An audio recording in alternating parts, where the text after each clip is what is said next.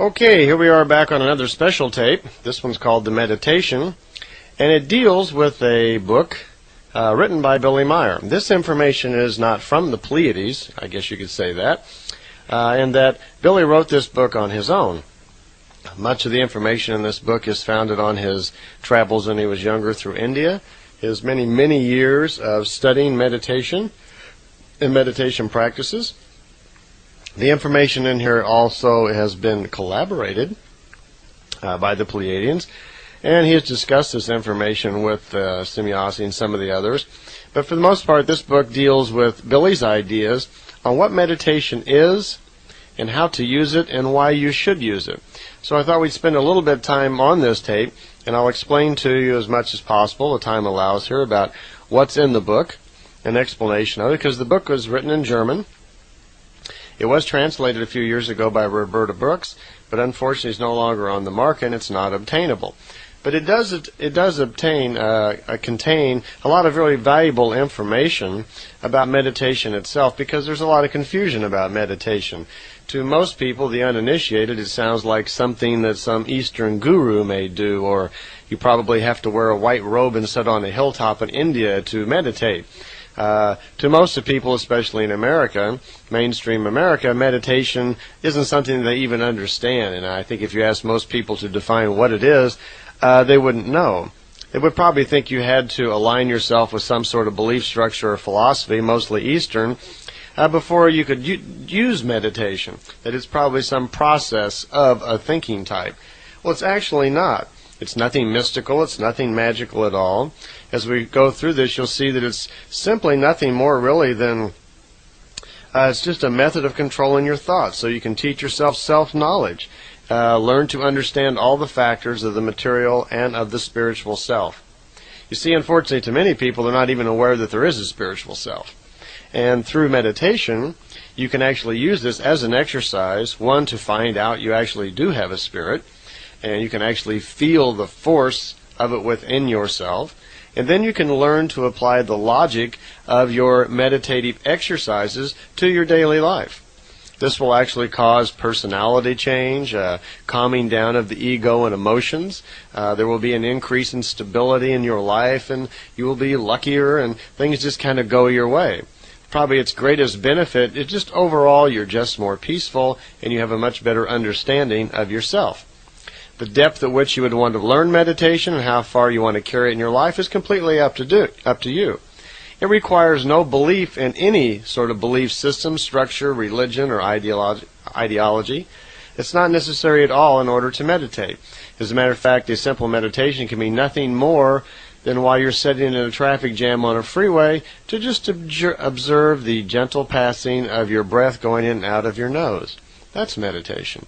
It just calms you down and focuses your attention on something else, and just for a few seconds you kind of float away and forget your problems of the day. So let me talk a little bit about meditation itself, and I'll explain to you a little bit about what's in the book and what you can learn from that. Okay?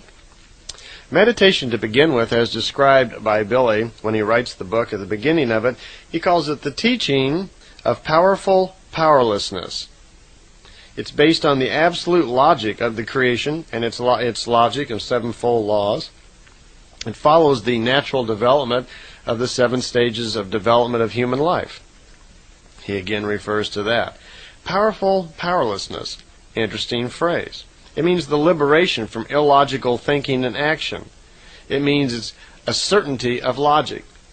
Now, powerful powerlessness, that sounds almost like a contradiction in terms there.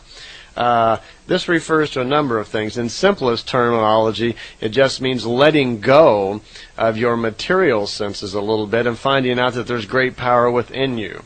So you become like a very powerful person through the powerlessness almost of your material self. As we discussed once before, an idea is the starting point of a deed or an action. Ideas can be formed into logical thoughts, and those can manifest themselves in as material eventually. That's possible. But an idea is always the starting point of a deed or an action that's going to follow shortly after that. If the idea is conceived of with truth and balance, then the idea will find its destiny with true value. That means, let's say, for instance, that you set an idea in motion and it's kind of a oddball idea. You suddenly decide that it would be a good idea to have a three-legged dog or something. Now, that idea may set you out on a path of genetic discovery, of mating dogs together with two-legged chickens or whatever to try things. The idea is that it was illogical to begin with, it was ill thought of, and it was a pretty silly idea.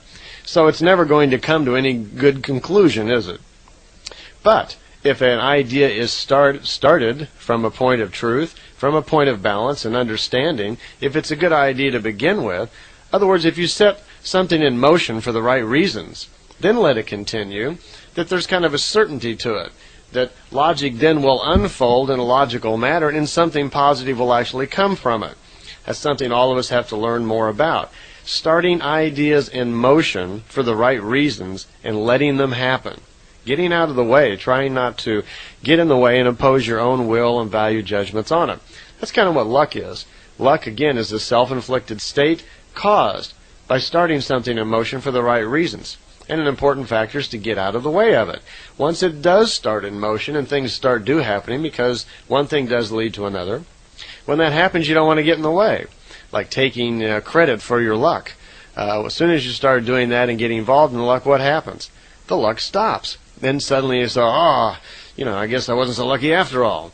Well, in effect, you just got in the way. Okay? If an idea is based on absolute accuracy of logic,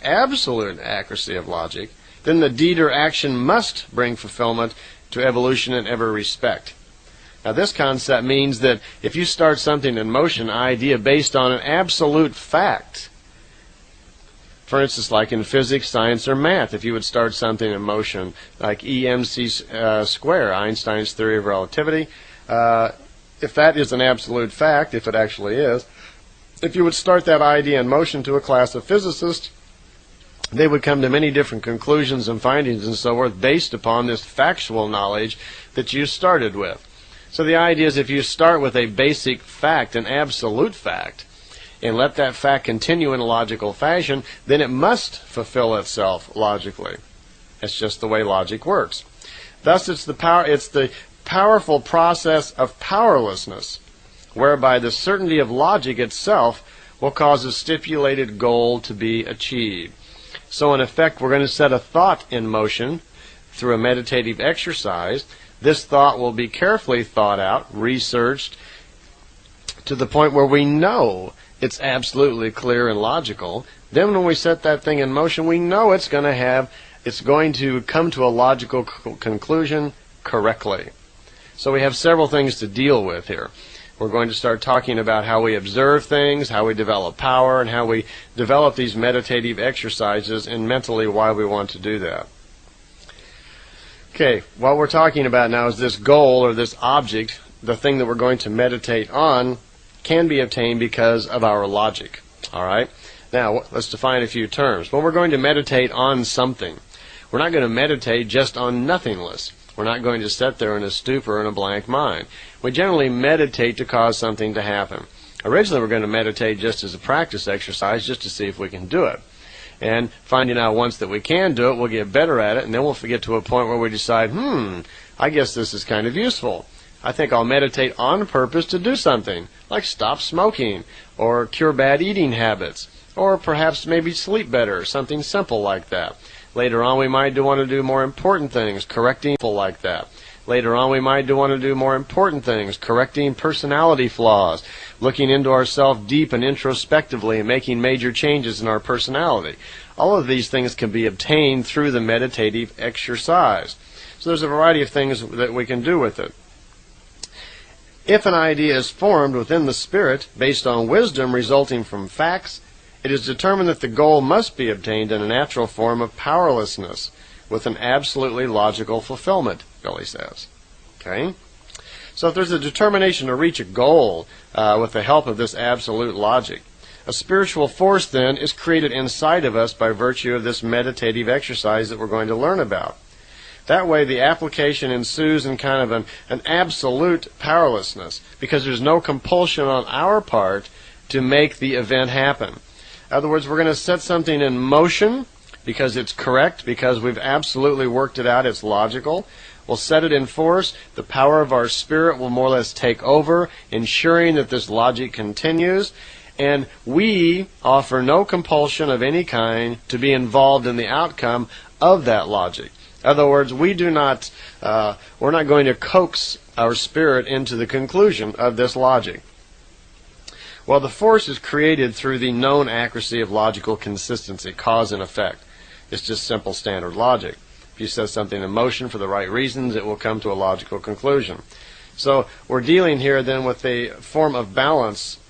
If we refer back to our little chart we talked about earlier of the mind, where we had the material side and the spiritual side, you might want to get out that and kind of reflect on that as we go through this conversation about meditation, because it certainly involves many of the factors that are going on in there. When you have a thought, for instance, a thought may be a very positive thought, it may be a very negative thought, or it may be right in balance. In these beginning stages of development of the evolution of a spiritual person, most of their thoughts are going to be wildly negative or wildly positive, because they have very little information about things. In our beginning selves, in our early days when we were primitive, we probably, the ideas that we would start coming up with when we begin to reason and think and so forth, were probably very, very negative or positive. As we become more evolved and we become more reasoning with power, we become more intellectual, where we learn more and gather more wisdom in our spirit and begin to deal with life with more wisdom and knowledge, then we are less negative and less positive, and ultimately we deal with almost everything from a balanced point of view, where we don't offer a negative view on things or a positive view on things, but we can remain in a balanced state, which means kind of like a neutral state viewpoint on things, and then we perceive the world as exactly as it is all of the time, without imposing any of our so-called positive attitudes or negative attitudes on it. So becoming a neutral thinker is really kind of an evolution of gaining wisdom, of gaining personal freedom from illogical thinking that's in the world. It's the discovery of balance or neutral thinking within oneself.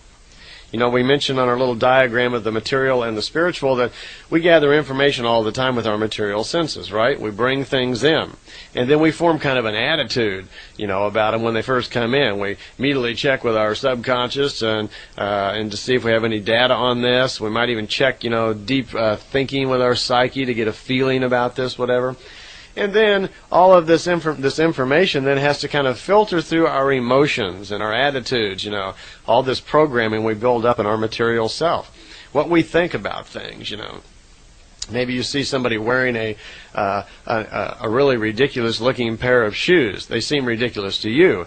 And maybe they've got little bells on them and they're pink, and there's a picture of a bird flying on them or something which you regard as rather silly. So you have an opinion, an attitude. Suddenly you think this person wearing these boots, immediately you think there's something wrong with them, just because of what they're wearing. Well, we do this all the time. My point is that simply being very material creatures, we program ourselves and we fall into these traps all the time of dealing with information and making judgments about life based on all these little pre-programmed attitudes and feelings that interfere with our ability to perceive life exactly as it really is. Now, what are the drawbacks to that? If we don't perceive things properly, then after a while we develop kind of an attitude where everything looks the same, where we're just angry about everything, or we have a negative attitude about everything. Have you ever met someone like that? Where I knew a guy once that all the time he'd be watching television and he disagreed with everything. That commercial's terrible. God, what an ugly person to sell that product. I wouldn't buy that product at all. Or this TV show's terrible. Everything was a negative viewpoint. This person, and if you talk to him, you find out about all the problems that he's having in life and so forth. This is a very angry fellow, very angry young man who now, because of all of his emotional problems and attitudes that he's programmed himself with, that every bit of information that comes into his world now, he has a negative attitude to it. Not even a really positive attitude. I don't think this particular person I'm thinking about I ever even heard a positive statement from, let alone a balanced or neutral thinking thing.